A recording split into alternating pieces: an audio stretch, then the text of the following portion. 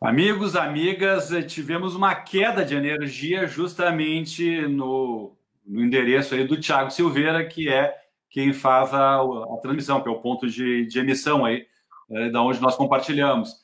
Então, nós pedimos desculpas, mas já estamos retomando e eu vou de imediato passar a palavra ao Dr. Marés, que vai, enfim, retomar um pouco do minuto último da fala dele. Foi quando nós nos demos conta que já estávamos fora do ar. Retomando, portanto, a linha de pensamento, sem nenhum prejuízo aí da reflexão que, com muito qualidade, com muita profundidade, o doutor Marés já vinha fazendo, respondendo a indagação do professor Ricardo. Doutor Marés, com a palavra, por favor. Obrigado, Paulo. Resumindo mesmo em curtíssimas palavras, até a década de 80 do século XX, desde 1500 até a década de 80 do século XX, a inteligência moderna imaginava que os índios acabariam. Portanto, não ia haver mais povos indígenas, eram transitórios, as suas terras seriam transitórias, os seus direitos eram transitórios, eles integrariam, como disse o professor Ricardo, as doces leis do reino. E, portanto, virariam cidadãos integrais dentro do processo civilizatório e deixariam o seu passado, o passado indígena. Não aconteceu. Não aconteceu. A grande reivindicação indígena nesse momento é: queremos ser considerados povos. Queremos continuar a ser povos. Estamos sendo desde 1500. Então, houve mudanças nas constituições nacionais e nas regras internacionais, garantindo exatamente esse direito. Você pode dizer que, a partir da década de 80, na América Latina, os povos podem continuar a ser povos para o resto da vida. Um resumo desta situação, né? Então, cada um é cada qual, cada povo é cada um.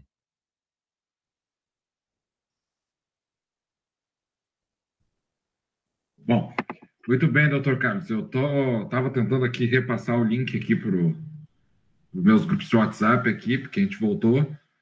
E, doutor Paulo Torelli, eu estava vendo aqui que, no fim, eu vou ter que voltar lá para os comentários do antigo vídeo. Não, perfeito, perfeito. Inclusive, é importante reiterar que houve uma queda de energia e então nós tivemos que reiniciar, mas os comentários que foram feitos já da primeira parte cabe eu referir, porque lá já tem algumas indagações, inclusive. Pois é, só vou voltar aqui, vou pedir para o pessoal dar uma guardadinha, pedir desculpa. Aqui, estou conseguindo. Achei.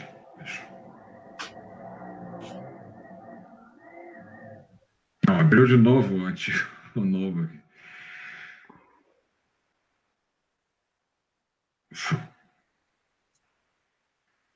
Nós chegamos a ficar, doutor Marés, 35 minutos no ar no outro. Não, na realidade foi quando o Thiago caiu ali, o doutor já estava no comentários em tempo real, todos os comentários. Bom, entrou, a gente teve vários comentários aqui, eu não vou ler todos, tá? Mas eu vou ler os principais aqui que eles estão dizendo. O Paulo Velten. Professor Marés, pode me indicar alguma literatura sobre os Mapuche no Chile? Lucas, eu acho importante referir todos, até porque muita gente está retomando, então com isso dá um tempo até o professor Marés voltar a falar. Então refere tudo até para valorizar, e foram muitos comentários interessantes ali. Perfeito. Humberto Dias aqui estava nos acompanhando, a Sheila Pitombeira também, o Cláudio Nicolau Pinheiro Rigueto está dando boa tarde a nós, juntamente com a Sheila. O Paulo Vetten volta a dizer aqui como é necessário introduzir essas histórias para o curso de Direito. O Luiz Carlos Forguieri Guimarães também, que já nos acompanha nas lives, está nos acompanhando de novo. A Madeleine Otira Paula Lima estava comentando aqui que a nossa transmissão estava falhando, mas também está sempre com a gente, que vai participar semana que vem, então, para vocês, do Congresso do IBAP, junto com 2 dos nossos participantes aqui. Depois eles vão comentar melhor. 2 semanas, Lucas. O Congresso do IBAP é daqui a 2 semanas. Perdão, daqui 2 semanas. O Rafael Kleiser também está sempre acompanhando, que está dando uma boa tarde a todos. O Luiz Carlos Forguer Guimarães. Boa tarde a todos. Com toda alegria estou aqui para assistir mais uma vez essa notável live, apesar da correria do dia a dia. A Samantha Duffner, também que está sempre nos acompanhando. Boa tarde, queridos amigos. José Nuzzi Neto, também, doutor, está sempre nos acompanhando aqui. Boa tarde. Saúde aos organizadores e, particularmente, o convidado de hoje, o professor Carlos Marés. A Madeleine. Boa tarde aos queridos amigos e organizadores e ao palestrante, professor Marés. A Raquel Fabiana Lopes Parrenberg fez uma grande live com a gente na semana passada. Está nos acompanhando aqui, dando uma boa tarde aos amigos e às amigas. Um prazer imenso ouvir o professor Dr. Carlos Federico Marés de Souza Filho. O Marcos Vinícius Madeira, nosso parceiro ali da pós-graduação da URGS, aluno do professor Ricardo, está dando boa tarde a todos. Danton de Souza aqui, nosso amigo aqui de Tramandaí, grande doutor Danton, advogado aqui, está dando boa tarde ao doutor Lucas e os demais participantes da live. Também outro que está sempre nos acompanhando é o Max Cusseira, que dá saudações ao professor Carlos Marés, colega do IBAP, e os amigos desta já tradicional live, grande sucesso de público e sempre de altíssima qualidade. Enfim, Torelli, foram esses os comentários que eu vi aqui. Eu acho que já deu para reativar aqui a maioria do nosso público cativo, aqui a gente já está com algumas pessoas online. E vou passar a palavra, então, para a doutora Cris para fazer o questionamento do doutor Carlos. Contigo, Cris. Boa tarde, professor Carlos Marés. É um prazer estar com o colega, com Paulo Torelli, Lucas Bolzan e o Ricardo Antônio Lucas Camargo. Caríssimos amigos internautas. Fui buscar uma pilha de livros e uma pilha de livros ficaram ainda no carro, porque a gente, na época da quarentena, passa momentos complicados quando não está com todos os livros juntos, né? Mas, professor, quase uma década da minha vida, eu passei viajando para o oeste de Santa Catarina. E eu vou comentar com um colega uma sensação muito particular. Eu estava almoçando sozinha antes de uma aula no pós-graduação, mestrado, onde eu era professora, e duas meninas, eu não sei se elas eram caigangues, mas elas tinham pouca idade. Uma delas, o máximo que tinha era 5 anos de idade. E eu convidei as duas meninas para almoçar comigo. Elas, muito encabuladas, sentaram e quiseram almoçar. Nós pedimos o almoço, mas elas não estavam interessadas no almoço. Elas estavam interessadas no celular. Elas queriam brincar no celular. E aquilo me causou um estranhamento, porque elas eram muito jovens e pequenas, e onde elas moravam não tinha energia elétrica, nem bateria, nem computador, nem internet.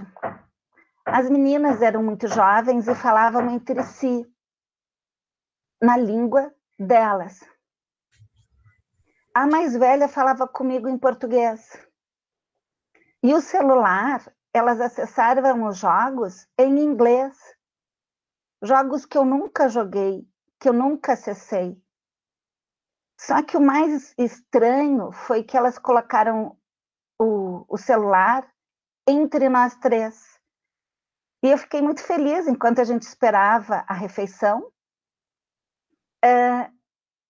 A mais velha dava a ordem do dia. Primeiro ela jogava, depois a irmã jogava, e eu estava encantada vendo aquela situação, e ela disse, agora é a tua vez. Então ela me incluiu no jogo. Enquanto a cultura branca é uma cultura que o celular é pessoal, como se fosse uma escova de dente, o celular ali estava sendo compartilhado. Em seguida, depois desse almoço, eu ia para mais ao interior dar uma palestra sobre questões dos povos tradicionais indígenas. E eu estava num sofrimento atrás pela minha ignorância, pelo pouco conhecimento das comunidades tradicionais. E um aluno, delegado de polícia, ia me fazer, do mestrado, o translado até o local que eu ia palestrar. E eu contei essa situação que havia acontecido horas antes. Foi um prazer muito grande essa experiência na minha vida, e eu vou me permitir contar uma outra e encaixar com uma pergunta. Um dos meus alunos lá em mestrandos, que já é mestre, muito culto, muito dedicado, o Juliano dos Santos Seger, ele comprou um desafio sobre os saberes tradicionais das comunidades originárias. Hoje, quando a gente estuda direito tributário, importações e importações, nós verificamos a nossa dependência dos laboratórios internacionais, em que eles usam os fitoterápicos que, graças às comunidades tradicionais originárias, conseguiram manter como um paraíso intocado, né? Então, as comunidades europeias ou japonesas ou estadunidenses que fazem dos fitoterápicos os medicamentos que nós importamos e que nós dependemos para manter um percentual alto da população que ou é hipertensa ou é diabética, e muito desses elementos para a formação dos medicamentos, eles são retirados da nossa flora e da nossa fauna, que foram preservadas pelas comunidades tradicionais. Porque tem a ideia de desenvolvimento diferente da ideia de crescimento, não é? Então, o nosso saudoso professor e professor Ricardo Antônio Lucas Camargo, professor Washington, e a corrente do pensamento, a escola do pensamento, que faz uma diferença abissal entre o que significa desenvolver e o que significa crescer. Então, quando esses povos tradicionais mantiveram intocáveis esses saberes, eles tornaram sustentável a vida hoje, não só deles, mas a de todos nós. Perder uma língua, perder uma comunidade tradicional significa perder uma fatia grande de vida e de perspectiva de vida. Eu continuo sem lugar de fala de uma pessoa de uma comunidade tradicional. Mas eu me lembro, e retomando a palestra lá daquele momento, eu disse: como eu posso partir do pressuposto que eu fui ensinada na década de 80, da presunção da incapacidade das comunidades tradicionais, que eram chamadas de silvícolas, se há poucos minutos atrás eu almocei com uma menina que era poliglota. Ela podia falar a língua dela, a minha língua, o inglês e a língua que ela sequer foi iniciada, que é dos jogos eletrônicos. A capacidade é inquestionável. Assim, eu não fiz uma pesquisa de campo, o campo veio até mim. Não é? Foi uma experiência assim que eu guardo na memória emocionada. Claro que algumas vezes eu fiz e tive a ideia de ter um convívio mais próximo, porque infelizmente nós temos uma distância abissal, como se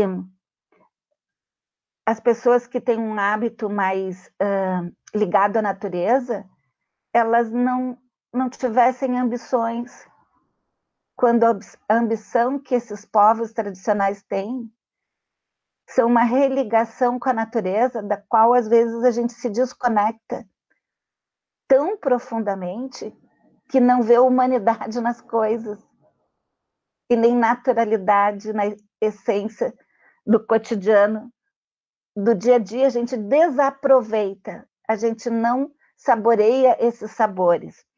Quando o colega e a amiga amigo Paulo Torelli me pediu uma foto para pôr nos nossos cards, eu fiz questão que fosse uma foto com uma cuia de chimarrão. Um hábito introduzido na cultura, um hábito das comunidades tradicionais indígenas. Existe uma tradição tão grande de apropriação de saberes dessas comunidades que depois são apagadas como se não fossem originárias delas. Então, o que eu posso compartilhar com o colega e pesquisador Carlos Marés, que muito me alegrou ler os textos e conhecer a sua obra. Eu disse para o professor Ricardo, anos atrás, quando ele me disse que era seu amigo, que eu gostaria muito de conhecê-lo. Então, hoje é um momento muito especial, porque tem pessoas que a gente coloca num platô de ser inatingíveis, né? Que são pessoas que a gente lê, que a gente desfruta do conhecimento à distância, mas a gente não tem a potência, a possibilidade do convívio.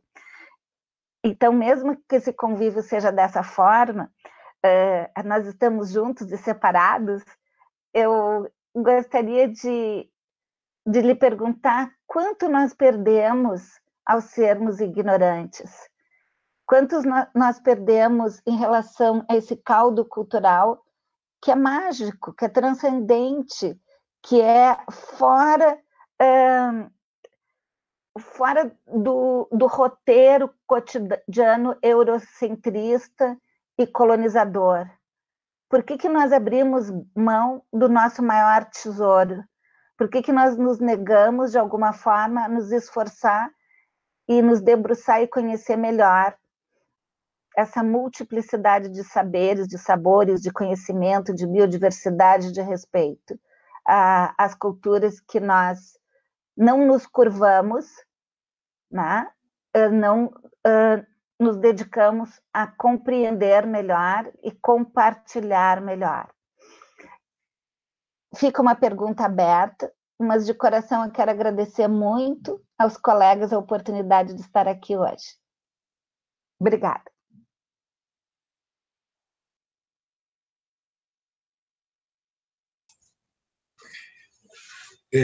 Muito obrigado. Eu que agradeço, professora Cristina Pezzella, a sua experiência com... eu imagino que ali no oeste de Santa Catarina deve ser caingangue, as meninas deviam ser caingangue, né? Mas, independentemente disso, faz para o caso.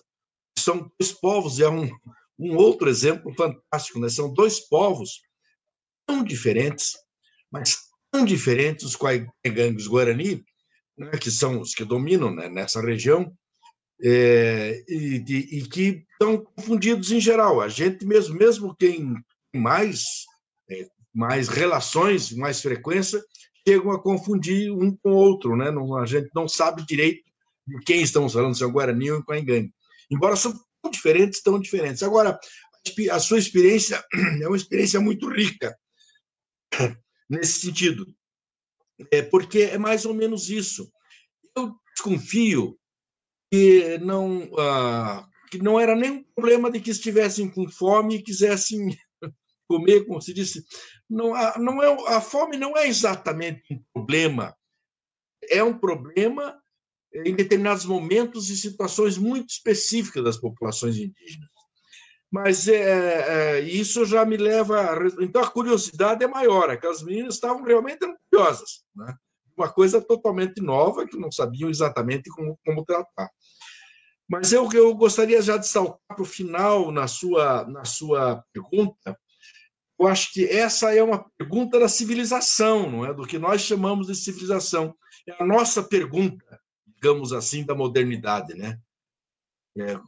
E eu acho que não é só exatamente o que perdemos, mas quando começou essa perda? Como é que a gente chegou a uma perda não sentida desse porte? Topa um senegalês, nos estudos africanos dele, que ele desenvolve a tese de que o mundo é negro antes de qualquer outra coisa, que os brancos são apenas uma consequência, mas o mundo, o ser humano é negro. Ele trata do colonialismo de uma maneira muito dura, dizendo que os europeus, a partir do século XV, XVI, né, eles têm essa ânsia dessa maldade no processo colonial, porque eles são muito pobres. A questão é uma questão da pobreza. E ele diz assim, os africanos, ele se refere aos africanos, mas vale também para os americanos, sempre foram muito ricos,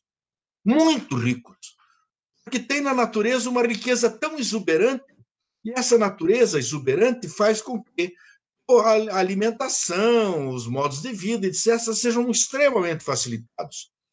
Eles assim, os europeus, quando chegam no inverno, tinham que guardar, que produzir muito, né, na época do não inverno, que no inverno tivesse alguma coisa, que não tinha sequer comida no inverno. Então ele faz essa análise assim, então essa falta de coisa os faz avarentos e maus. Enquanto que os africanos e os latino-americanos não, estão na abundância, e a avareza e a maldade um reflexo da falta da espiritualidade.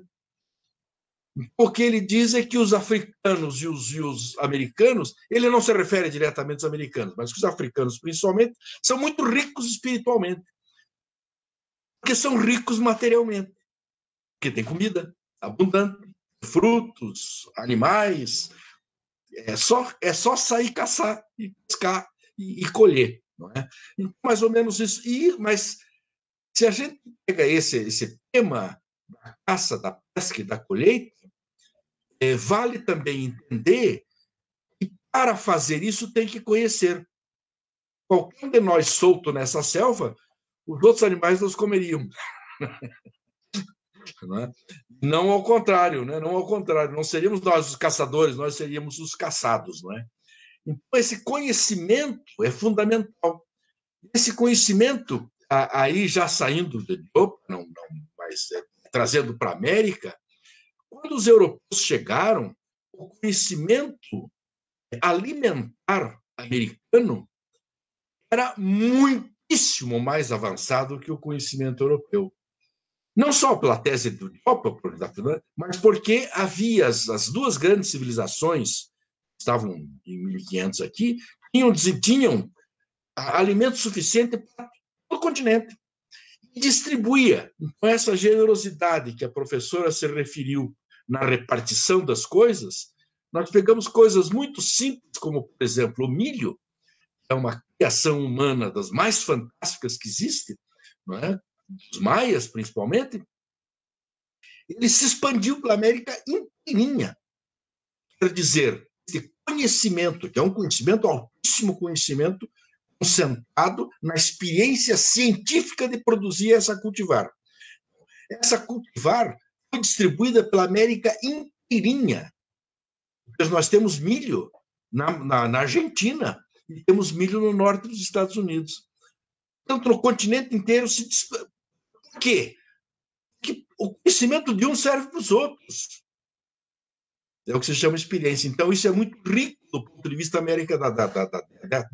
desta América, deste mundo latino-americano que não é colonial. Não é? Outra coisa, só para dizer, a batata é mais ou menos a mesma coisa. Ela é menos universal na América Latina, em 1500, do que o milho, mas ela é muito expandida, muito domesticada em vários níveis. Tanto que foi muito fácil para os europeus pegarem a batata e pegarem o milho e levarem. Aonde deu milho, mas a batata deu em todos os lugares, porque justamente ela tinha essa possibilidade de difusão. Então, esse conhecimento e essa riqueza, ela de certa forma, a modernidade sabia que existia. Então, por isso que eu acho que o processo da modernidade, a discussão da modernidade, é uma discussão, a maldade da modernidade é uma maldade consciente, não é uma maldade inconsciente. Não é? Por isso que eu digo, quando perdeu isso, quando se achou superior, né? Por que se achou superior? Eu acho que aí é uma discussão muito longa, não é?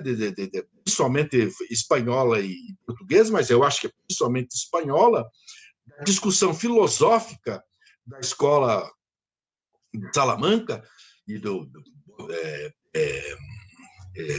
Bartolomé de las Casas, principalmente, e Francisco Vitória, para discutir essa relação com esse chamado Novo Mundo. Eu acho que, no meu entender, o que ocorreu com a filosofia europeia foi justamente um distanciamento, porque sabia. Ao saber aquelas civilizações, aquelas gentes tinham muito mais a oferecer, estavam muito num degrau civilizatório muito mais avançado, é que teve que construir uma teoria política negando tudo isso, negando a supremacia europeia. Eu acho que isso é mais ou menos consciente. E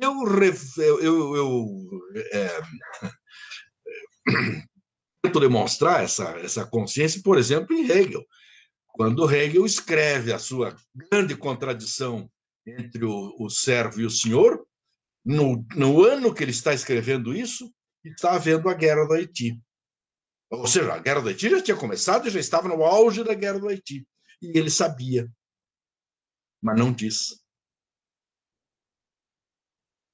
Ele, na verdade, é como se fosse um conhecimento puro. E o que dizem os outros autores de Hegel, inclusive Marx? Hegel capturou a essência da modernidade nos antigos. Foi buscar essa contradição em Aristóteles. Mas a contradição estava na cara dele. Na cara dele. Ele estava vendo um fenômeno na frente dele. Ele se negava a descrever. Ele buscou lá. Eu acho que esta construção é a construção da negativa da modernidade.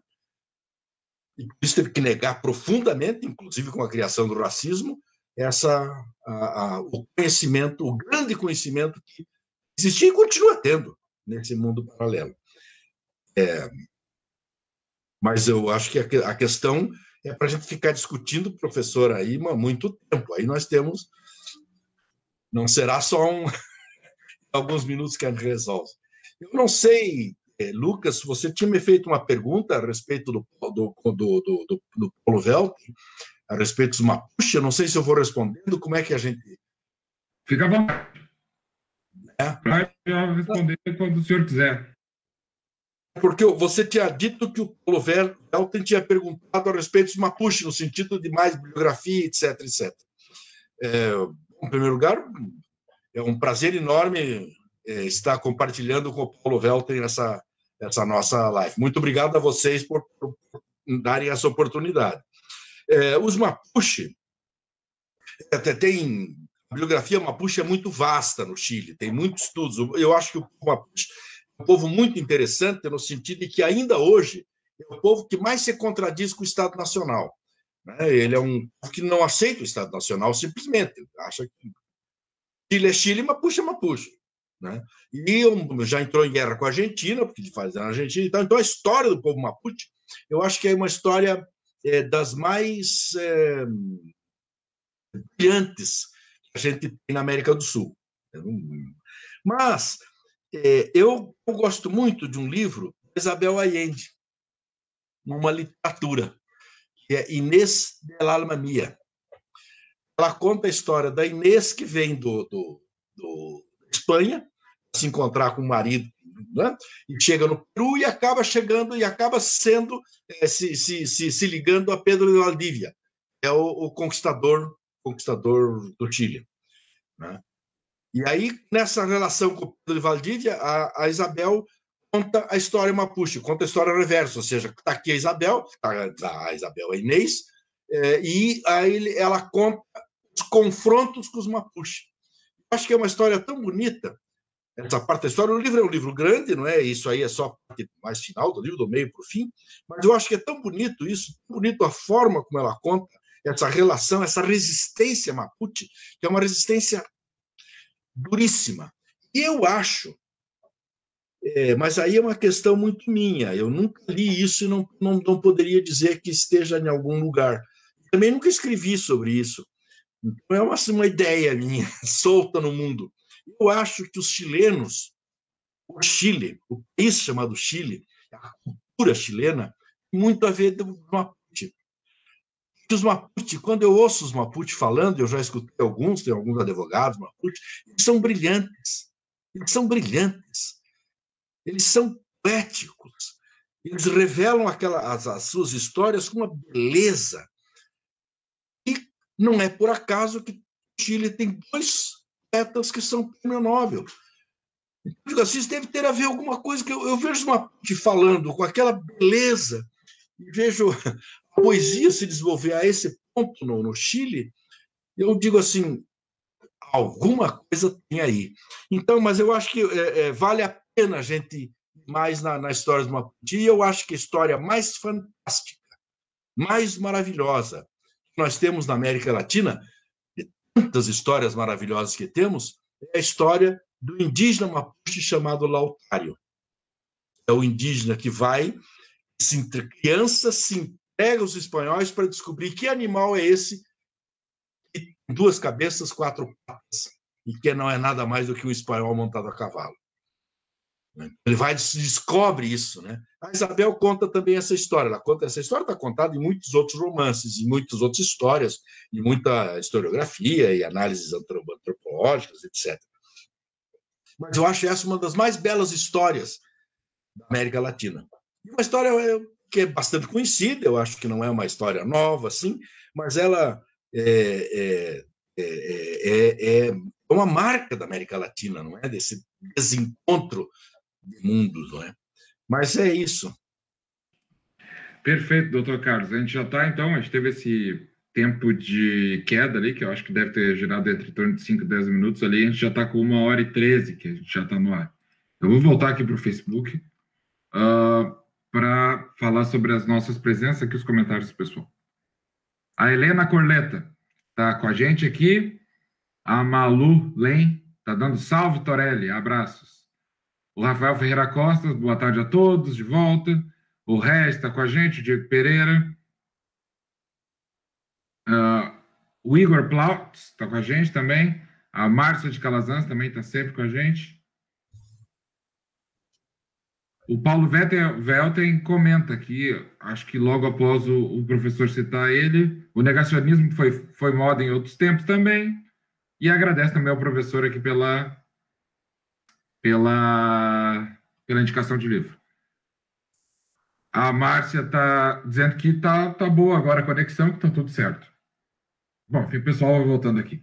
Doutor Carlos, agora vai chegar na minha parte. Eu estava comentando aqui nos bastidores, pré-Torelli quis entrar com o doutor Ricardo e com o doutor Carlos. Enfim, o contato que a gente teve com a obra do doutor Carlos e como é que funcionava aqui, até para ele se sentir mais tranquilo com relação ao nosso já programa, já, de todos os sábados.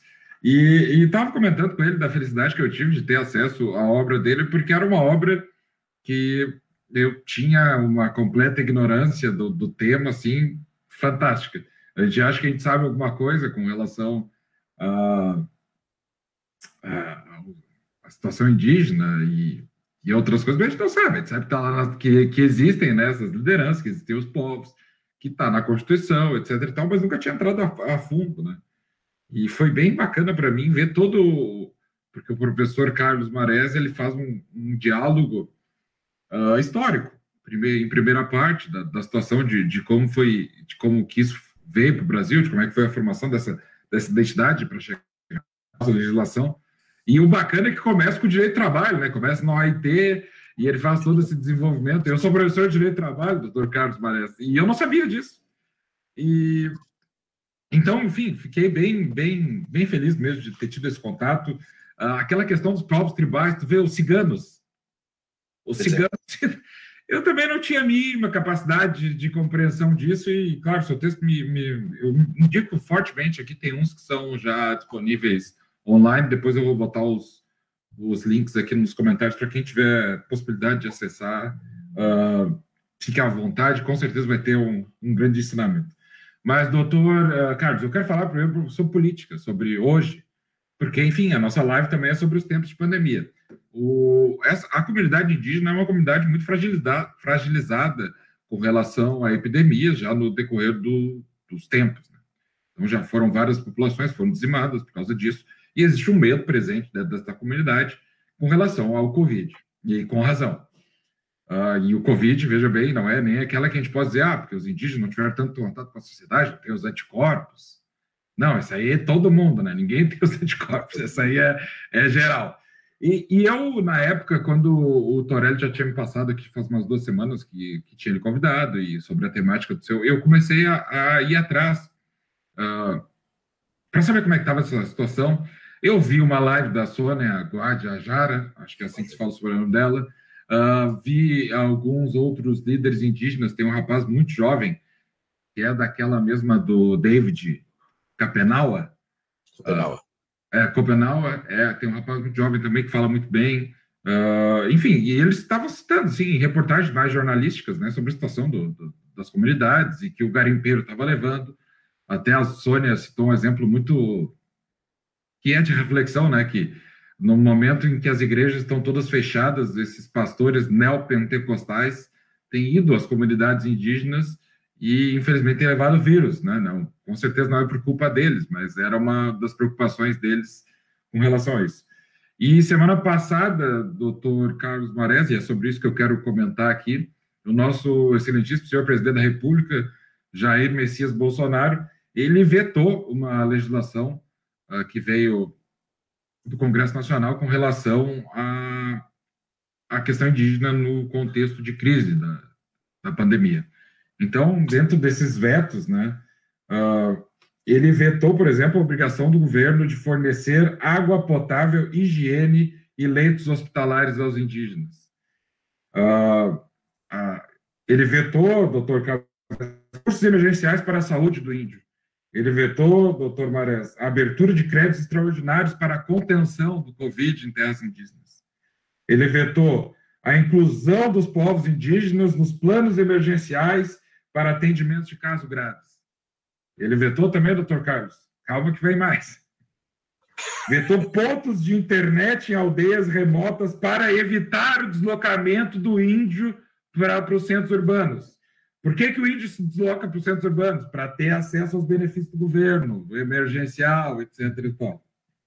Ele vetou a doação de cestas básicas, sementes e ferramentas agrícolas, que estava dentro desse veto, era um crédito específico indígena dentro do Plano Safra 2020. Ele vetou também o acesso facilitado ao auxílio emergenciais e demais benefícios do governo em crise. A justificativa do senhor excelentíssimo senhor presidente da República, Jair Messias Bolsonaro, é o impacto financeiro, o que, né, seria inconstitucional agora, tendo visto a PEC do teto, e a contrariedade ao interesse público. E dentro dos seus textos, doutor Carlos Marés, eu vi que existiu dentro da... Agora, tudo que eu vier falar juridicamente, agora eu li do doutor Carlos Marés. Vou deixar bem claro para não... que eu não teria tantos acessos assim o doutor Carlos Marés fala em uma época que, na ditadura militar, e o presidente da República é fã desse método de governo, tanto é que isso é público e notório, se existiu uma tentativa de emancipar os índios. Isso. E emancipar no sentido de tirar a classificação deles como indígenas e esses direitos inerentes a eles para botar eles dentro de uma integração forçada dentro da nossa comunidade. Inclusive, ele fala, o doutor Carlos Marés, sobre que lembra até um conceito bem que todo mundo escuta na faculdade, mas ninguém, a não ser do direito penal, volta a estudar, que é a questão do lombroso, né? Ele queria classificar os índios de acordo com as fisionomias, né? E eu me lembrei disso, foi muito bacana. Então, a primeira pergunta, doutor Carlos, é a seguinte: o governo que hoje comanda o Brasil está tentando novamente emancipar o índio dentro dessa característica. A segunda questionamento é que todas as legislações internacionais que o doutor traz nos seus textos, que eu conheci pelos seus textos, a gente fala que existe uma ideia de proteção e integração das comunidades. Tá? Eu quero saber, ainda existe no Brasil hoje essa ideia de proteção e integração? Eu acho que é uma pergunta que comunica-se com a primeira. E também, de fora um pouco desse contexto, para o doutor avaliar, e também usar da sua expertise na área, é para saber como é que está a interpretação dos tribunais com relação, como é que o doutor vê isso com relação a esses direitos coletivos, tanto de maneira dessas populações, como é que o doutor está vendo a evolução dessa jurisprudência e pode fazer aí, inclusive, narrar dados, processos que tenha participado aí, como procurador-geral do Estado, como procurador, e também dizer que é um prazer, viu, aqui já finalizando, de ter acesso à sua obra. Eu fiquei bem feliz mesmo de ler, tanto é que eu fui atrás, inclusive, eu estava citando aqui antes, e vou fazer esse comentário breve, que o doutor Ricardo tem uma máxima, que o Karl Marx é uma das pessoas mais citadas e menos lidas, né, do meio acadêmico. E eu nunca li Karl Marx, né? Não tenho nenhuma vergonha de dizer, mas lerei.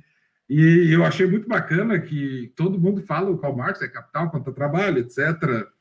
E o Carlos Marés traz, de maneira muito brilhante, a relação dele com a natureza. Ele escrevendo sobre a natureza. E eu vi esses dias o Boaventura dos Santos falando exatamente sobre isso.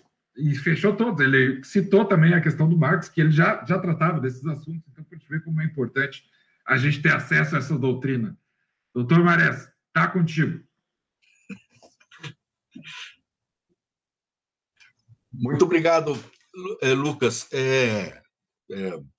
Muito elogiosa a sua questão, até me deixa meio sem jeito de falar. Mas, enfim,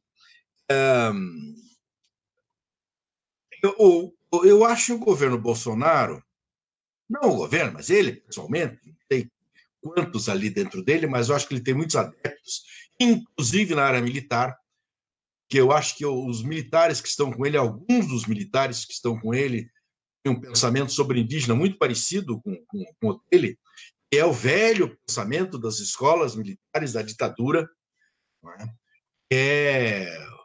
E que tem que se fazer uma pequena objeção, no sentido de que os primeiros militares, os militares positivistas, de formação mais positivistas do começo do século XX, eles tinham uma ideia sobre povos indígenas, e Rondon é a expressão máxima disso, embora não teórica, não é? Ele é mais a expressão prática disso. Uma ideia de que os indígenas faziam parte da nação e tinham que compor, como povos, uma nação plurime. Essa é uma ideia muito positivista no fim do século XIX. As lojas positivistas defendiam essa ideia, inclusive na Constituição, constar uma organização social dos povos, etc. Então, essa ideia era uma ideia que surgiu nos positivistas dentro do Exército, mas isso não corresponde à brutalidade do Exército, principalmente do Exército, não é das Forças Armadas, mas principalmente do Exército, que passaram a controlar, acho que por herança do próprio Rondon, né, mas não seguindo Rondon, né, ao contrário, rompendo com todos os princípios que o Rondon praticava, essa ideia de que os povos indígenas, que a ideia, que se a gente olhar bem olhadinho, é a ideia do século XVI, do começo do século XVI. Ou os indígenas servem para ser trabalhadores, ou não servem. Não servem, quer dizer, tem que ser mortos. Não tem outra opção. Ou trabalha, ou morre. E foram assim que foram assassinados praticamente todos os indígenas das ilhas das Antilhas em geral, né? Mas principalmente das Antilhas maiores, no século XVI. Então continua essa mesma ideia, essa ideia desse processo de integração, levava o nome generoso de emancipação durante a ditadura, não é? No final da ditadura era exatamente isso, era ou arranja trabalho ou morre. Não tem opção. Não tem opção. Então, eu acho que essa mentalidade ela continua. E continua muito mais forte do que a gente possa imaginar. E eu acho que, evidentemente, os governos um pouco mais ilustrados, né? E eu digo assim, depois da ditadura, a começar do governo Collor, do próprio governo Collor, que é um governo já com certa interação internacional, ele aparece internacionalmente, ele tenta entender a Constituição, tenta aplicar a Constituição. O governo Collor é o único governo, todos depois da ditadura, que entendem que o processo de demarcação das terras é uma pura obrigação do Estado. As terras indígenas são indígenas, elas são conceitualmente indígenas, então a demarcação é uma obrigação. E faz um decreto nesse sentido que é logo revogado. Nenhum outro governo posterior ao governo Collor faz decretos de demarcação com esse entendimento. O entendimento dos decretos de demarcação é de que a demarcação cria a terra. E, portanto, o governo pode escolher a terra. Não é? A terra indígena não está conceituada na Constituição. Ela precisa de uma demarcação. Inverte o conceito que está na Constituição. Esse conceito é invertido.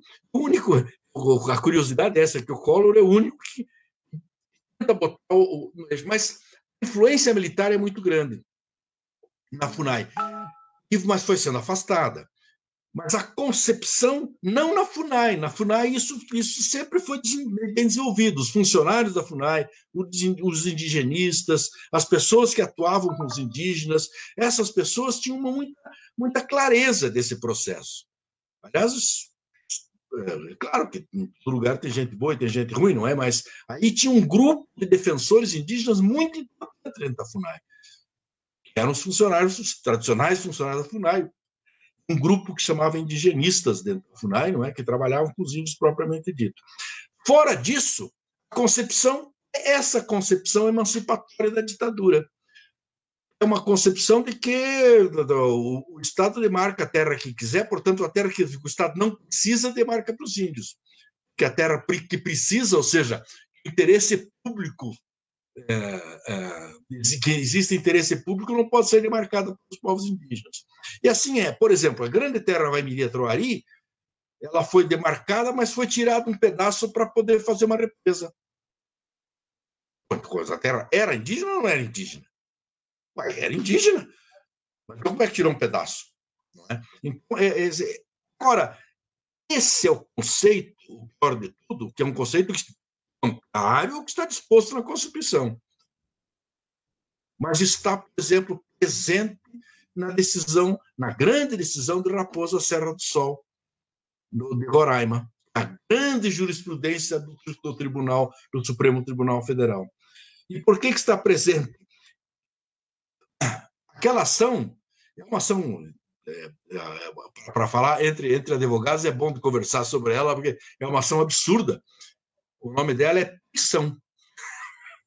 Né? O que é isso? Pois bem, o que ela discute? Ela discute a posse e a demarcação. Rigorosamente, a demarcação. O governo demarcou um território. E o que está sendo discutido é se esse território podia ser demarcado assim como foi.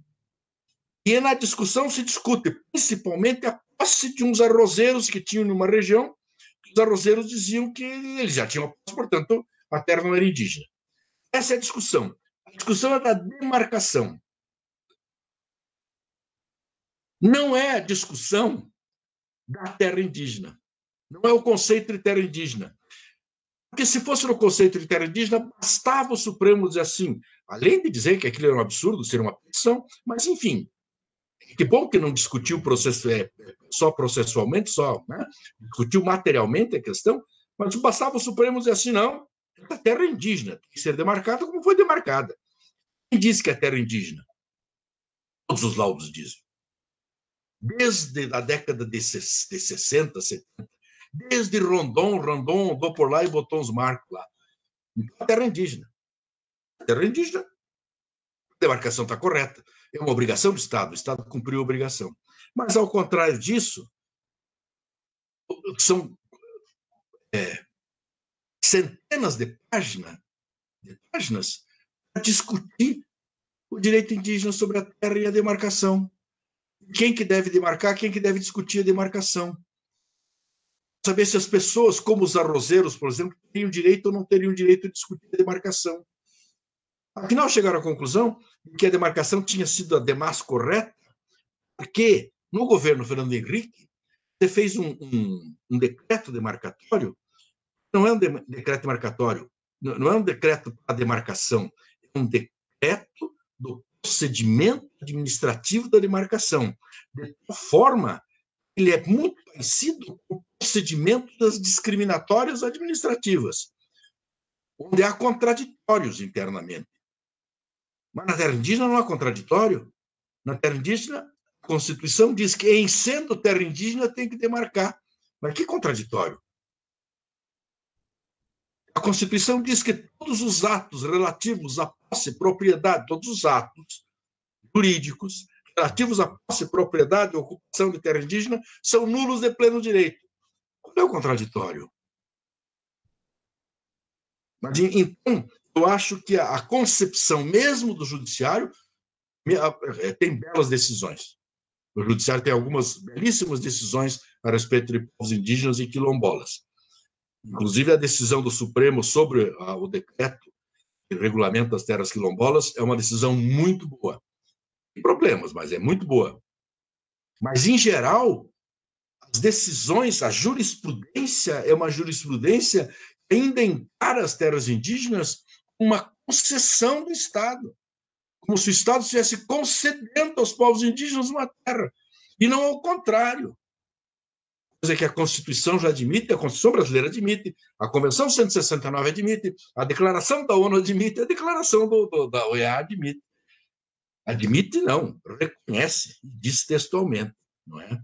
Então, eu acho que nós estamos mal do ponto de vista da conformação. E Bolsonaro ajuda muito a piorar, não é? Porque a sua concepção é uma concepção radicalizada do século XX, da metade do século XX, quando a contradição estava mais forte, não é? Havia uma contradição forte entre indígenas e o Estado Nacional.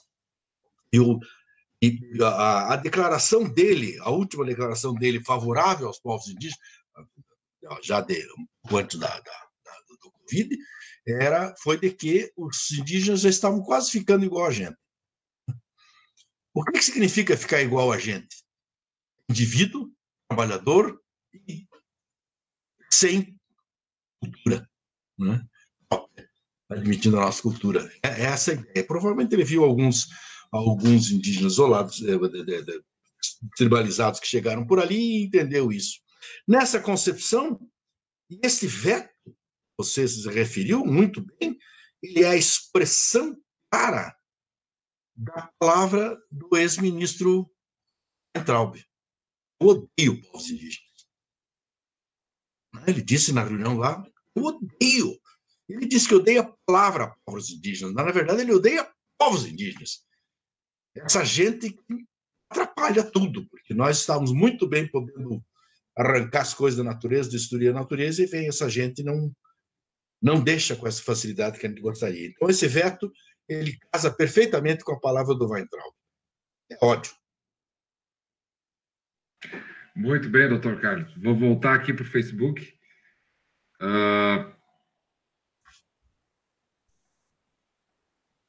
O Fernando Peruf está dando aqui, olá, meu doutor. Como ele é meu amigo, então esse é para mim, viu? Mas sintam-se agraciados. Márcia de Calazans. Programa maravilhoso todos os sábados, verdadeiras aulas. Daniel Versosa Gonçalves. Nosso parceiraço entrou aqui, está nos acompanhando. Márcia de Calazans. Excluiu a representatividade indígena no Conselho de Educação. Retrocesso imenso para pensarmos as escolas indígenas.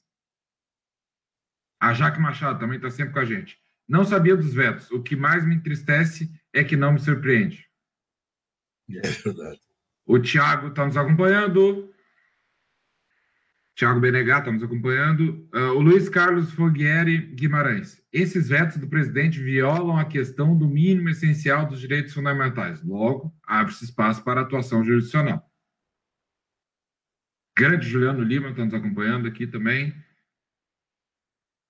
A Sheila Pitombeira. Bela aula, professor Marés. A Raquel Fabiana Lopes Parrebega. É simplesmente um absurdo. Um gestor que desconhece a história do país, desconhece a realidade dos povos indígenas. Eu vou passar agora para o doutor Paulo Torelli para fazer o questionamento do nosso convidado. Contigo, doutor Paulo Torelli. Obrigado, Lucas. Eu já tinha antecipado para o doutor Marés que eu iria sair brevemente na imagem, mas eu fiquei acompanhando, porque o sinal na outra sala estava ruim e a bateria estava esgotando do notebook, então eu vim aqui para um outro ambiente, mas eu acho que o som e a imagem estão boas, né? Doutor Marés, em primeiro lugar, como já era esperado, muito obrigado pelo amplo descortínio do tema, pela profundidade, pelo verdadeiro amor que o senhor expressa, que tem por essa bandeira, por essa questão, que ela é de um humanismo por si só. O engajamento com um tema que na realidade ele é sempre marginalizado e tratado com preconceito. Mas eu diria que ele, na realidade, e é o que nós vimos construindo nas últimas lives, ele, junto com o tema quilombola, ele define a essência do que é o constitucionalismo contemporâneo. E as minhas questões, normalmente, quando eu sou o último a perguntar, eu procuro justamente valorizar os aspectos da teoria da Constituição, justamente porque nós sabemos que não tem como haver uma praxis sem haver uma compreensão reflexiva, sem haver uma elaboração, e não é por outra razão que nós lhe convidamos para saber, e volto a dizer que talvez seja dos juristas brasileiros o que mais domina, do seu ponto de vista sistêmico, o tema da questão indigenista. Doutor Marés, a questão que tem se colocado, eu poderia colocar várias questões, desde o debate do racismo que recrudesce nos tempos que nós estamos vivendo hoje, e ao longo das suas respostas à indagação do professor Ricardo, da professora Cristina, do professor Lucas, não deixasse de referir isso. Inclusive, nós temos bem presente que foi justamente no final do século XIX que todas aquelas teorias supremacistas de Gobineau e vários pensadores, elas recrudesceram, não por outra razão, senão por uma crise econômica a partir da colonial da Europa, a necessidade de justificar teoricamente, vamos dizer retoricamente, a espoliação da cultura europeia com relação às culturas nativas. Mas no Brasil hoje nós estamos vivendo, e no mundo, um momento agônico em que se recrudesce o discurso do racismo. E daí que eu faço alusão à teoria da Constituição e o debate sobre a força normativa da Constituição. E indo além, até trabalhando com uma reflexão que nós fizemos com a professora Raquel Sparenberger sobre os direitos econômicos, sociais e culturais na semana passada, anteriormente com o professor Ibrahim sobre o tema quilombola, e com a própria professora Adriana Vieira, e nem se fala as primeiras lives que nós fizemos com o Mário Luz Quintão Soares, a Gisele Stadino, sobre questões mais gerais, justamente das categorias da modernidade, cidadania, história, Estado, soberania. A questão que eu coloco dentro desse contexto em que recrudesce o racismo é justamente o tema que nós trabalhamos com a professora Raquel. Como garantir a efetividade para o texto da Constituição, no sentido de se conceber dentro do Estado nacional constitucional que nós temos, o pluralismo jurídico. O pleno exercício das culturas nativas numa convivência respeitosa em que a integridade dessas culturas sejam preservadas. E eu digo isso que o professor Marés tem bem presente, aliás, quase certo eu vou lançar no IBAP a minha tese de doutorado, que eu há algum tempo demorei para gestar, e vou franquear gratuitamente em e-book, onde justamente o paradoxo que eu enfrentei é o debate da globalização econômica, que tende a pasteurizar tudo no fator dinheiro e poder econômico, sendo que o dinheiro é o que tem de mais universal que se coloca em termos globais, e confundindo a pretensão de um mercado único mundial com o comércio internacional. Quando que o comércio internacional os fenícios já praticavam, é uma coisa absolutamente diversa. E eu digo isso porque eu tenho a compreensão de que o Estado Nacional ainda é a única possibilidade de um espaço universal que possa ter uma equipolência diante do poder econômico. Mas é dentro desse espaço que nós temos que garantir e assegurar a pluralidade. Por isso a importância dessa live. Por isso o caráter imprescindível dela. E eu já vou aqui anunciar, inclusive, que nós estamos terminando um ciclo de lives que começou com a professora Adriana Vieira sobre direito à antropofagia. Falamos com o professor Ibrahim Rocha sobre quilombolas, com a professora Raquel Sparenberg sobre direitos econômicos, sociais e culturais, e com Vossa Excelência, hoje, estamos sendo brindados por uma reflexão sobre o tema das culturas nativas. Mas semana que vem nós estaremos com um magistrado, um juiz de direito do Rio de Janeiro, que é uma referência justamente no esforço de preservar o que foi o resultado da Constituição de 88.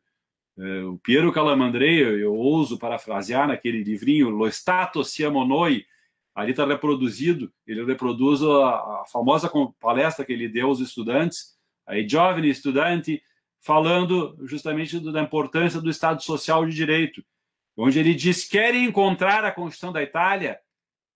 Procurem onde um partizan caiu, procurem onde um lutador social foi derrubado defendendo a liberdade. Ali vocês vão encontrar.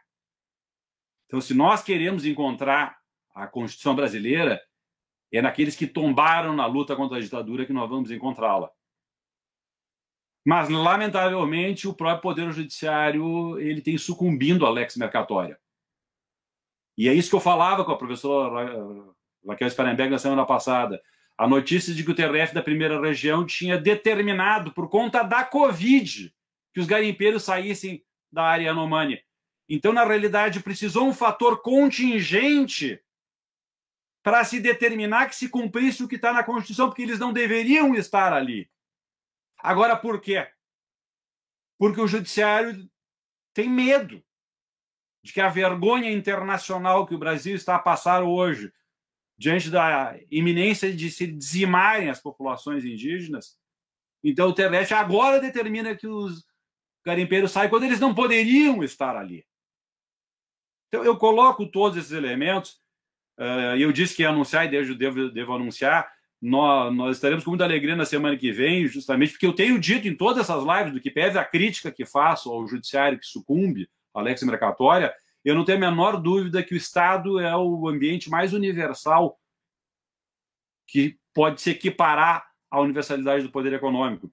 E eu acho que é bem-vinda a desglobalização econômica por conta justamente de um fator da natureza, que é a pandemia, que hoje está obrigando, inclusive, a haver um reboot no capitalismo internacional e o próprio mercado interno nacional, que está lá no artigo 219, que deve ser preservado, está sendo revalorizado. Então, apesar das críticas ao Poder Judiciário, que sucumbe à lex mercatória, nós estaremos com o Dr. Rubens Casara, na semana que vem, justamente discutindo a obra dele, o Estado Pós-Democrático, um juiz de direito do Rio de Janeiro, que é uma referência justamente na defesa da força normativa da Constituição. Por quê? Porque eu sempre disse em todas as lives, ao final, ao cabo, quem nos protege é o Poder Judiciário, dentro do Estado constitucional, democrático e de direito. E é esse diálogo que eu quero aprofundar e que nós temos aprofundado nessas lives, porque na teoria da Constituição, no pós-guerra, houve uma politização justamente por conta de toda a obra e do debate da teoria da Constituição a partir de Kelsen, focado no quê? justamente na principiologia, justamente nos estándares, fazendo com que a Constituição, que era uma mera folha de papel no século XIX, passasse a ter força normativa. A partir da obra de Kelsen, a Conferência Clássica de 1959 de Hermann de Konrad Hess, e a própria obra de Peter Eberle, defendendo a Constituição como um fator cultural. Eu coloco todos esses autores da teoria da Constituição justamente para colocar o seguinte: é chegada a hora de fazermos uma ampla mobilização na sociedade brasileira para defender a integridade, a rigidez e a efetividade do texto constitucional de 88. Porque eu percebo que setores de esquerda, muito preocupados com a questão do poder, apenas a questão do poder, começam a falar em nova constituinte. Quando eu, trabalhando com as segurias do professor Paulo Bonavides, eu não entendo que nós estejamos numa crise constituinte. Com certeza estamos numa crise democrática. Agora, não estamos numa crise constituinte. E eu lhe pergunto, professor Marés, justamente dentro desta pauta que nós viemos trabalhando, a cultura e o conhecimento que os povos nativos nos legam, justamente, isso está nos seus textos, na nossa obra, valorizando o meio ambiente, valorizando a preservação do meio ambiente, a preservação da natureza, estabelecem paradigmas justamente para promover uma maior integração social. E aonde é que estas culturas, que, enfim, o senhor referiu com muita propriedade, tiveram uma enorme influência, e o Eric Hobsbawm chega a dizer que sem a batata não teria havido a Revolução Industrial. Ele coloca bem claramente que foi um fator fundamental, uma revolução em termos de política alimentícia, além do milho, e nem se fale do tomate, que poucos têm presente, essencial na culinária italiana e que também veio das Américas. O que nós devemos fazer para preservar a rigidez do texto da Constituição? E a pergunta que tenho a lhe fazer: o texto que está posto,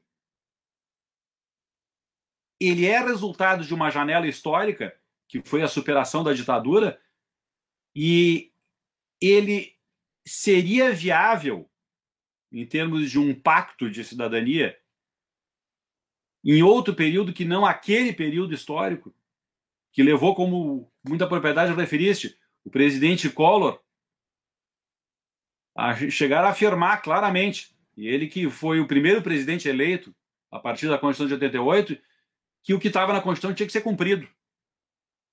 Mas logo em seguida, a lex mercatória incidiu, o poder econômico incidiu, e as normativas foram revogadas, e o poder judiciário, igualmente desde então, sucumbe, ao ponto dessa situação vexatória do TRF da primeira região dizer: não, como se a Covid entrar dentro das reservas, vai dizimar as populações indígenas. Então, agora, determina que os garimpeiros saiam. Como e o que nós devemos fazer para que essa cultura, que é tão importante, que dá nome para vários logradouros públicos, nomes indígenas, que teve uma contribuição na culinária essencial, como formar a consciência social no sentido de entender que isso faz parte da nossa identidade, assim como as populações quilombolas que vieram sequestradas da África e que têm um valor que não é nem maior e nem menor do que a cultura europeia, que a ferro e fogo impôs uma língua do colonizador, impôs valores institucionais, mas que hoje o constitucionalismo absorveu superou a teoria do Estado. E a teoria da Constituição hoje coloca aquilo que nós debatimos com a professora Raquel, elementos onde, na prática, nós temos ferramentas para fazer do Brasil um Estado plurinacional. Mas não plurinacional no sentido de territórios apenas demarcados, que é o ponto de partida, esse é o nome da nossa live, mas sim no sentido de absorver plenamente essas culturas dentro do cotidiano. A palavra é sua, e justamente eu fiz uma indagação muito aberta, porque o desafio que está colocado é de formar consciência justamente nos operadores do direito. E aqui o Poder Judiciário é uma peça essencial, e tem juízes que nos acompanham permanentemente e que têm pedido, inclusive, o diálogo conosco, porque querem justamente conceber, construir bases para nós fazermos uma ampla mobilização para assegurarmos a força normativa e a efetividade do texto da Constituição de 1988. Com a palavra, doutor Maresco. Muito obrigado. Obrigado, doutor Paulo Torelli, é um prazer ouvi-lo sempre. A questão levantada é uma questão muito complexa, mas eu vou começar... Bom, antes de mais nada, dizer que, além da batata, do milho, do tomate, ainda por cima deu fumo, não é? O tabaco, que é para o prazer das populações europeias. Então, é serviço completo, né? Barba, cabelo e bigode, né? A erva mate, que para nós aqui é fundamental, né, professor? Não, mas eu estou dizendo que a Europa, né? A Europa mudou, a Europa é outra coisa. A cultura culinária e a cultura da sociedade europeia muda com essas coisas. Bom, mas então isso é verdade. Outra coisa, em relação à efetividade da Constituição, em relação à Constituição mesmo, eu tenho uma ideia, professor Torelli, de que, de fato, não há possibilidade hoje de a gente imaginar outra estrutura social organizada nos moldes das nossas organizações, senão baseado numa Constituição, baseado num pacto social, esses que a modernidade inventou, não é? E que está posta. Acho isso porque, justamente, se não houver o Estado, a fragilidade das sociedades sem Estado sucumbirão aos Estados fortes, aos Estados controlados pelo poder econômico. Então, no meu modo de ver, os Estados são necessários, mas eles têm uma condição de vida para poder, especialmente na América Latina. Eu não quero dizer que seja a mesma condição para a Europa, são condições completamente diferentes. Não quero dizer também que sejam as mesmas para a África, que eu tinha que demorar um pouco mais no estudo africano para dizer isso. Mas para a América Latina, os Estados nacionais eles têm que ser construídos com uma fortaleza muito grande para impedir que o poder econômico os domine. Portanto, ele tem que ser forte, não é um Estado fraco, ao contrário do que diz que é um Estado pouco intervencionista. Ele tem que ser muito intervencionista do ponto de vista econômico. Ele tem que dar bases para o funcionamento da economia em termos com limites muito claros. Ao mesmo tempo, ele é um Estado que tem que ser muito fraco para permitir que os direitos coletivos se exerçam em territórios. Isso é uma característica latino-americana, e isso que eu chamo até de constitucionalismo latino-americano, a característica da existência de entes coletivos com vida própria. Vida própria fora do Estado. Isso é uma característica que não existe, ou existe muito pouco em outros lugares. Eu penso na Espanha, penso no povo basco ou catalão, reivindicando uma autodeterminação para se constituir em Estado. Ao contrário, a autodeterminação dos povos indígenas não é para se constituir um Estado. É a manutenção do seu ente coletivo num território. E essa foi a luta de 500 anos. E nessa luta de 500 anos, essa constituição interna, para usar a palavra constituição, né? Essa constituição interna, sempre, em praticamente todos os povos. Como disse o professor Ricardo, com diferenças enormes, mas praticamente em todos os povos está o direito à identidade do ser, e, ao mesmo tempo, a identidade com a natureza. quer dizer com o território. Portanto, há uma identidade territorial relativa à natureza que pode ser expansiva e pode modificar. A gente, lendo a história do povo Guarani, da formação do povo Guarani, por exemplo, os etnográficos já nos dizem que os Guaranis vêm do sul da Amazônia para se assentar no coração do mundo, que é aqui o Rio Paraná. Bem, é um deslocamento, mas é um deslocamento feito em cima de um povo formando-se em um território.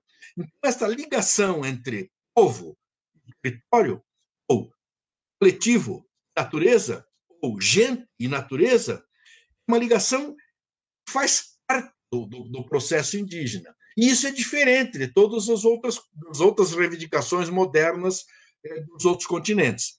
Pois bem, o que é que os povos indígenas... Aí uma questão que, na sua questão da janela pós-ditadura, o que é que os povos indígenas da América, não foi do Brasil, entenderam da necessidade de colocar este direito coletivo vinculado à natureza? Isso nunca esteve muito claro para a modernidade. Eu diria assim, o constitucionalismo nunca entendeu isso muito claramente. Mas a reivindicação indígena era uma reivindicação pela natureza. Pois bem, os povos indígenas entenderam que tinha que ser alocado nas constituições, portanto, o reconhecimento dos Estados nacionais da existência desses coletivos independentes, não sujeitos ao Estado. O que é uma contradição, não é? Assim, reconheça que eu não te reconheço. Reconheço o meu direito de não te reconhecer, né?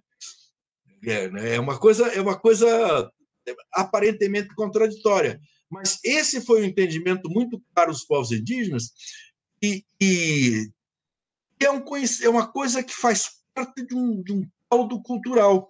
Por exemplo, a discussão do constitucionalismo mexicano, quando nós pegamos a Revolução Mexicana e a discussão do constitucionalismo mexicano, Zapata era contra a Constituição. Ele dizia, não é formar o Estado aquele que nos oprime, é isso que nós queremos? Não, nós queremos outra forma, é outra organização. Na verdade, ele dizia, eu acho que não me lembro, não é nem um texto claro assim, não é? A gente vai recortando as palavras, não é? Da teoria, mas ele dizia assim, olha, o que tem que haver é que essa coisa, esse Estado, essa unidade mexicana, tem que reconhecer o nosso direito autônomo de a gente fazer o que quiser no nosso território. É uma clareza indígena que ele tem. E isso aparece em todos os outros, vão aparecendo no mundo indígena. Então, eu acho que não é exatamente uma janela, eu acho que aconteceria hoje, aconteceria mais tarde, aconteceria depois. É claro que é um problema de correlação de forças, mas essa clareza existe. Mas há um processo, claro que é uma correlação de forças. Eu acho que hoje teria um embate, eu acho que teria aí a ser até muito violento o embate hoje se os indígenas do zero reclamassem esses direitos. Né? O homem está vetando até assistência médica, aí eu não quero. Então, acho que essa construção, do ponto de vista constitucional, propriamente dito, eu acho que o que está colocado, a Constituição brasileira, eu já ouvi algumas pessoas dizerem assim que é a melhor, é a mais completa, mais juridicamente bem conformada, etc. Eu acho que nada disso, não é nada disso, mas ela é muito boa nesse sentido. Por quê? Porque ela junta 3 elementos que são fundamentais na Constituição e se articulam, embora não estejam claramente articulados assim. Ela articula a cultura, ou seja, reconhece a cultura de todos os povos, no artigo 216, 215, 216 ali. Então, a questão cultural é uma questão muito presente, embora ela não seja clara, isso faz com que os juristas e os tribunais não entendam, uma dificuldade enorme de entender aqueles 2 artigos. Eu já li coisas assim de arrepiar o cabelo, entretanto, tem gente que trabalha muito bem aquele artigo, mas algumas coisas é arrepiar o cabelo, dizem coisas meio absurdas a respeito daquele tema lá. administrativistas. E trata da questão dos povos, portanto, a cultura como tal dos povos, e aquele capítulo dos direitos indígenas é um capítulo muito bem estruturado, porque ele é bem estruturado, porque ele dá direitos originários às terras, portanto, ele recorta o território, a coletividade, o mundo vive em um território, portanto, é esse território que tem direitos, obriga a União a declarar e anula todos os atos jurídicos que podem versar sobre ele. Fechamos a nossa conversa. O resto agora né? Então, é isso que precisa ser implementado. E, além dessas duas coisas, faz um capítulo do meio ambiente. Se a gente lê o capítulo do meio ambiente, uma boa parte do nome meio ambiente a gente pode traduzir para natureza. Portanto, retirar do ambiente artificial, o ambiente urbano, etc., o que está protegido ali é essencialmente a natureza. Então, essa vinculação entre cultura, natureza e povos é o que conforma o contrário dos direitos individuais da propriedade privada. Portanto, no meu entender, a Constituição está escrita de tal forma, nesses lugares, que há uma supremacia dos direitos coletivos, evidentemente, sobre os direitos da propriedade privada. E a propriedade privada não só da terra, mas também a propriedade privada dos demais meios de produção e, portanto, da economia. Portanto, é necessário que o Estado seja muito rígido na intervenção da economia, para impedir que os processos econômicos limitem, destruam ou não realizem os direitos coletivos de cultura, gente e natureza.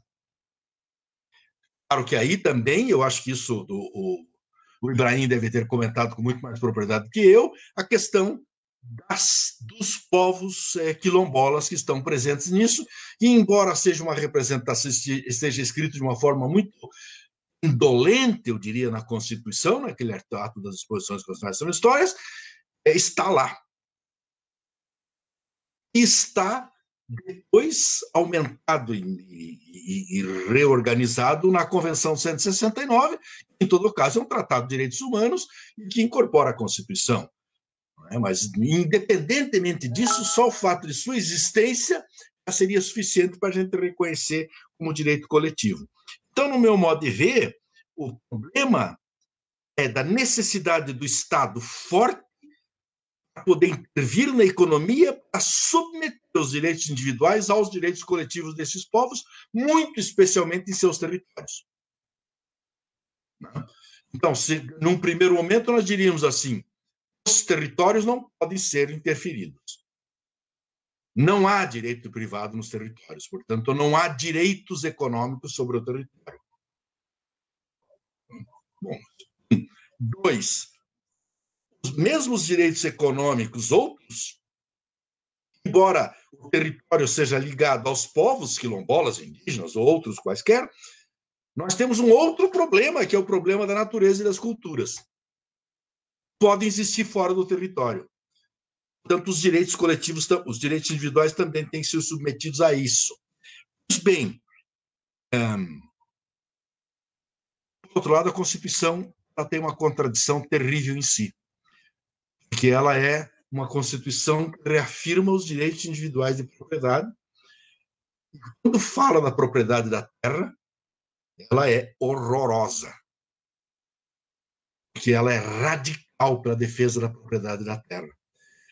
Eu disse mal, não é que ela seja radical, ela permite que os radicais a interpretem com radicalidade. Então, quando ela trata da função social da propriedade, principalmente da propriedade da terra, ela trata bem, mas permite que interpretações a desvirtuem, a ponto de dizer, por exemplo, que as desapropriações só podem ser feitas sobre terras improdutivas. Não dá o conceito de produtividade. Portanto, ao não dizer que produtividade significa produzir adequadamente, permite que se interprete que a função social da propriedade não vale nada. Então, o que eu digo é que ela tem uma redação E aí a redação da correlação de forças. Porque os ruralistas não tinham como impedir que a Constituição fosse boa. Então puseram vírgulas, senões, pequenos adendos, para que o intérprete desfizesse o conceito. O intérprete faceiramente faz a interpretação contra a Constituição, contra o espírito da Constituição, não é? Que era quando ela foi feita, utilizando as vírgulas, os senões e as impropriedades colocadas ali. Portanto, isso cria uma dificuldade. Entretanto, para os povos indígenas, não dá para interpretar. Tem que violar. É o que sistematicamente se tem feito. Não há um problema de interpretação. E a primeira violação é dizer que a demarcação constitui o direito de propriedade. Nenhum lugar diz isso. Isso que é o curioso. Nenhuma lei, nenhuma decisão faz essa afirmação, que é uma afirmação técnica, não é? Dizer, a demarcação constitui o direito. Nenhuma tem coragem de dizer isso. Todas que eu li até hoje, quando tocam nesse assunto, diz que não, o direito está constituído na Constituição. A demarcação é só um reconhecimento de limites. Mas o reconhecimento de limites constitui o direito. E aí fica constitutiva a demarcação. Então, eu acho que, mesmo quando é clara a Constituição, as interpretações são ruins. Imagine quando a Constituição já deu conscientemente elementos para a interpretação que a deturpasse.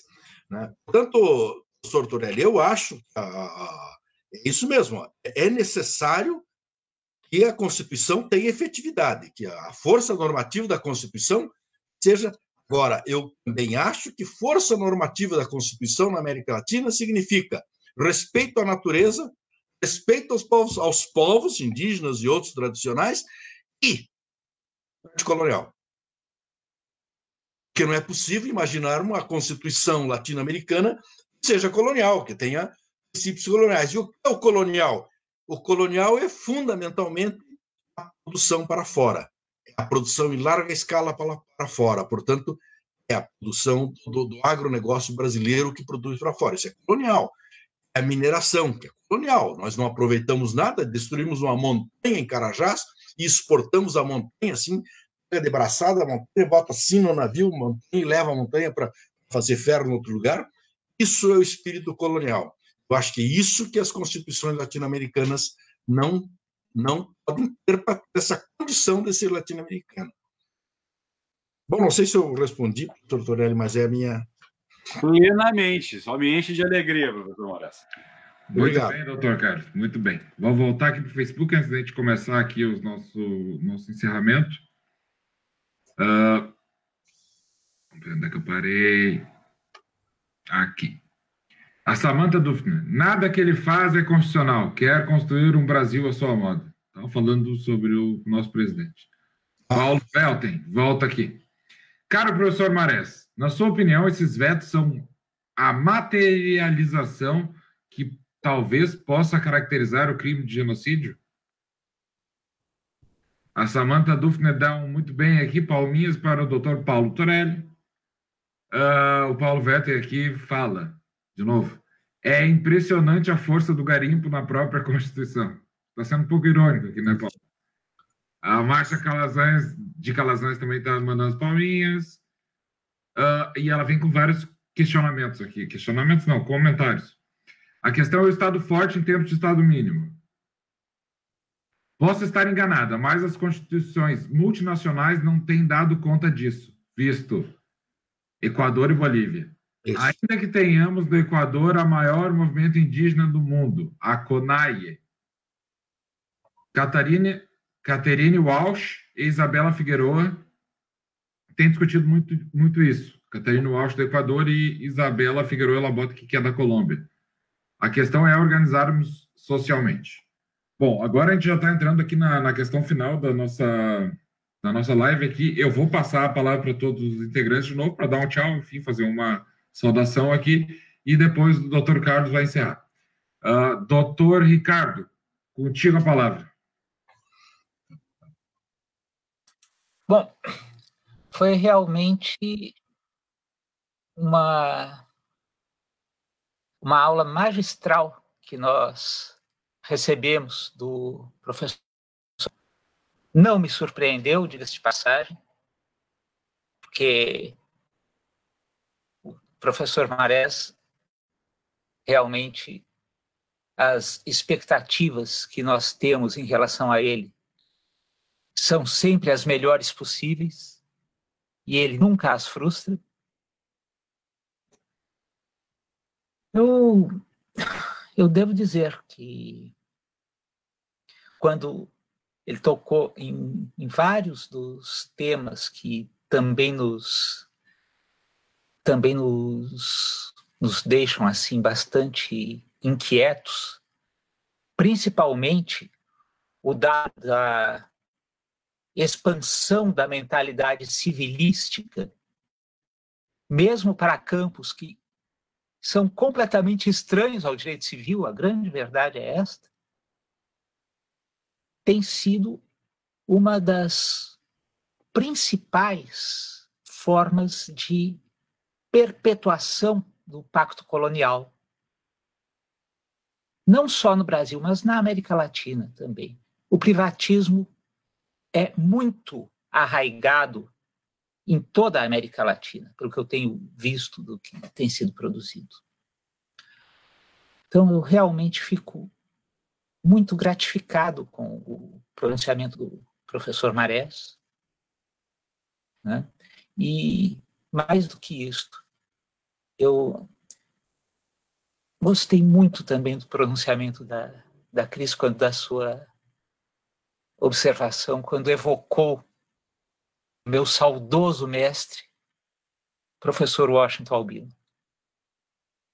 Sempre que há uma referência a ele, e realmente ele era um dos maiores preocupados com o problema do colonialismo cultural, toda vez que há uma referência a ele, eu tenho que me segurar para não esquecer que homem não chora. Muito obrigado.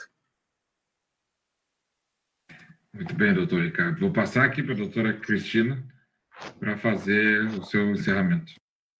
Todos nós nos emocionamos, professor Ricardo, somos humanos, a nossa ânima ela é feita de um pulsar de vida e um pulsar de morte. E hoje o pulsar de vida venceu. Professor Carlos Marés, eu estou emocionada com seu pronunciamento, a sua clareza, sua generosidade intelectual em compartilhar não só o conhecimento, mas as emoções. Pode-se ver quando fala a ligação com o mundo, não só das ideias, mas do sentir e esse pulsar de vida. Então, a semana passada, nós tivemos aqui a professora Raquel Sparenberg, que também é uma pessoa que nutre esse mesmo sentimento, é capaz de se colocar solidária, não no lugar de fala, de quem fala apenas, mas se colocar no lugar do outro, né? E de alguma forma estruturar o pensamento para a construção de uma ampliação dos direitos. Então, se a semana passada e a retrasada, as anteriores, nós vivemos um banquete de saberes, hoje nós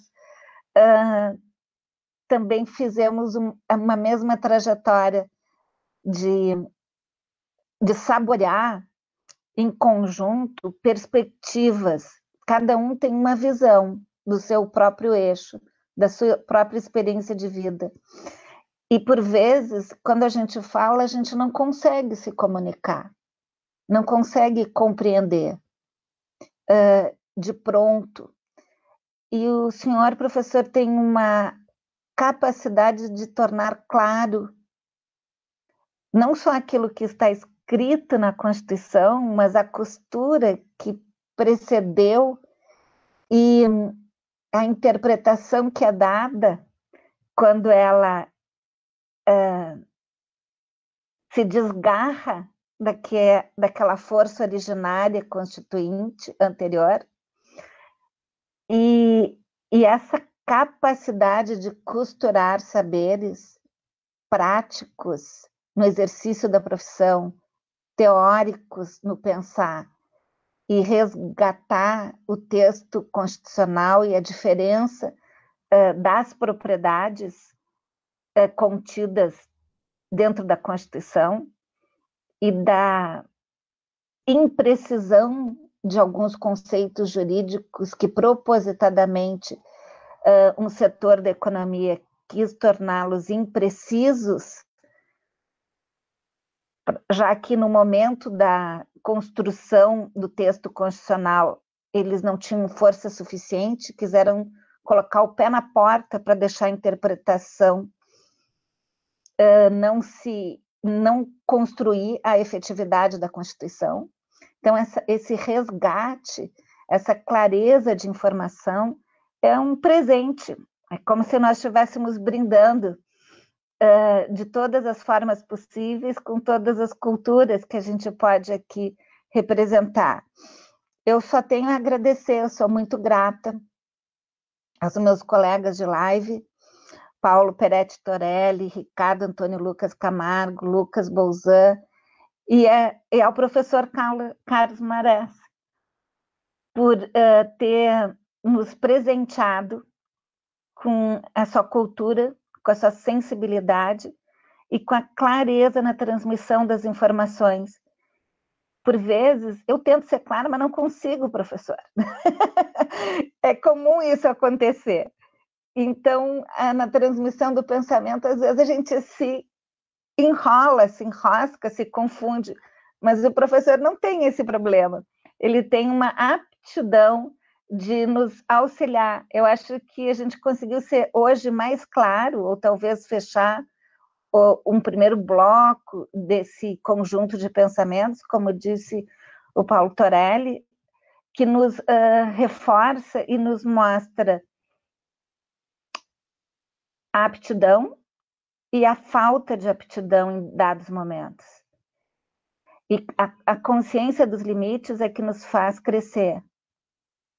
Citar o professor Washington, a diferença de crescer e desenvolver-se, e que, por vezes, desenvolver-se é ficar parado, é não produzir, e que a cultura das comunidades tradicionais, ao não ter o afã de produzir e exportar uma montanha inteira, preserva a natura, a mãe terra, e que esse é o maior desenvolvimento, manter a natureza, e que hoje ficar parado é tão importante, que o maior movimento, a maior ação é a inação, a retomada dessa perspectiva que a cultura das comunidades tradicionais nos ofertaram,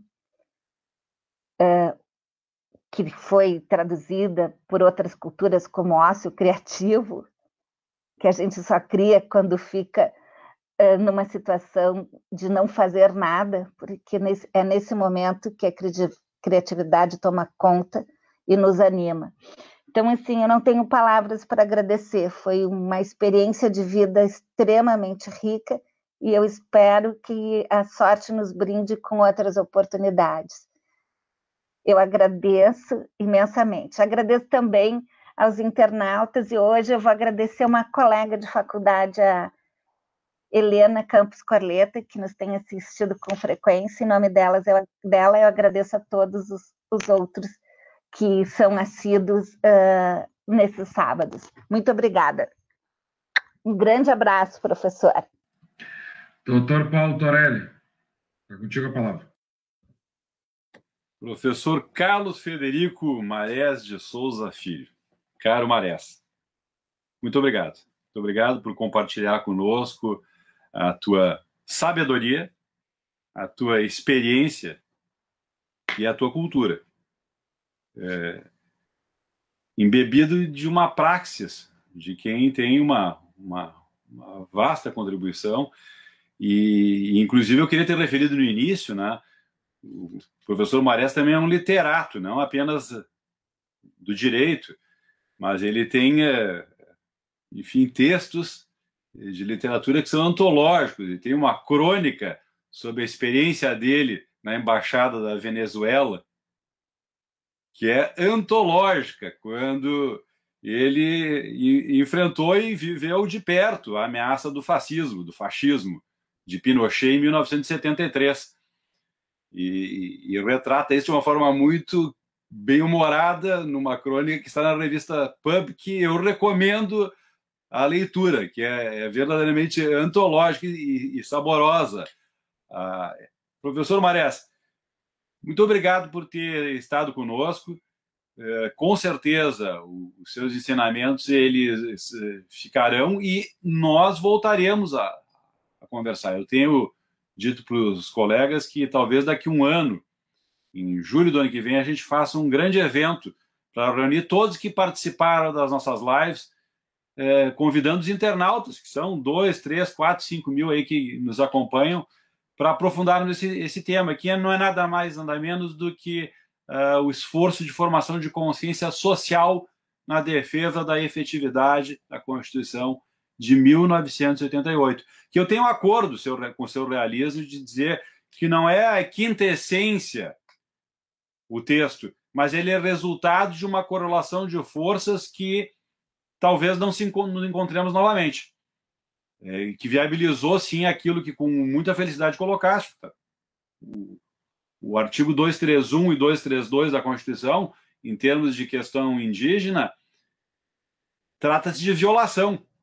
A não observância é tão clara a redação que a não observância é vedação, e o judiciário tem sido omisso com relação a isso. E nós temos que debater justamente para cobrar a efetividade, não só desses pontos, mas eles são simbólicos porque eles expressam, sim, aquilo que está lá no artigo 1º da Constituição, a ideia do pluralismo. Eles concretizam aquilo que está lá no artigo 1º, que é um fundamento da República Federativa do Brasil. Querido amigo Marés, muito obrigado pelos ensinamentos compartilhados conosco. E obrigado à Cristina, ao Ricardo, ao Lucas, ao Thiago, aí, que nos dá um apoio no suporte técnico, e às internautas e aos internautas. Um abraço no coração, Marés, um abraço e um beijo no coração. Obrigado. Doutor Carlos, contigo para a tua saudação final. Muito obrigado. Para mim, foi uma experiência muito além do agradável. Foi muito mais do que isso. Foi uma experiência muito feliz.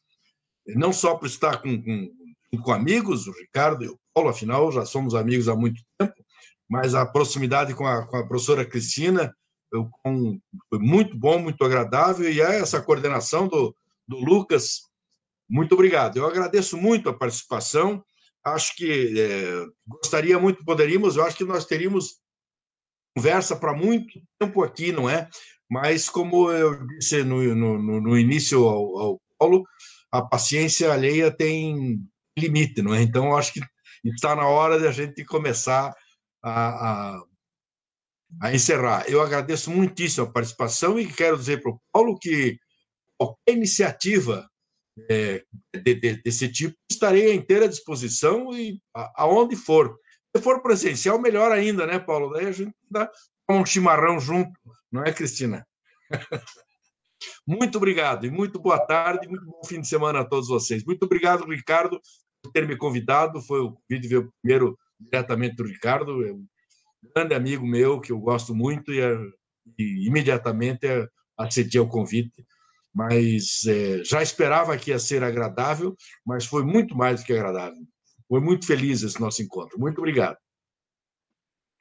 Obrigado. Tá, doutor Carlos. Eu vou encerrar aqui, dizer também que para mim foi um prazer lhe conhecer. Primeiro a gente conhece através da obra e agora pessoalmente, uma pessoa muito agradável, muito simpática e com grande conhecimento também, que todo mundo aí teve a possibilidade de conhecer. Aprendi muito nessa live e quer dizer que sempre vai ser um prazer também com o meu churrasco, doutor, aí no futuro. Também é melhor que chimarrão, é melhor que chimarrão. Agradecer também aqui a já nossa sempre parceria aqui com o doutor Paulo, o doutor Ricardo, a doutora Cristina. A gente acha que a gente forma um bom grupo de entrevistadores, por isso que cada um com a sua peculiaridade, por isso que esse programa tem dado tanto certo, aí o pessoal tem nos apoiado. Gente, semana que vem, então, Rubens Casara, 5 horas da tarde, programados para nós de novo, discutir com vocês. Até mais, tchau, tchau para todos aí. Abraço, Marés.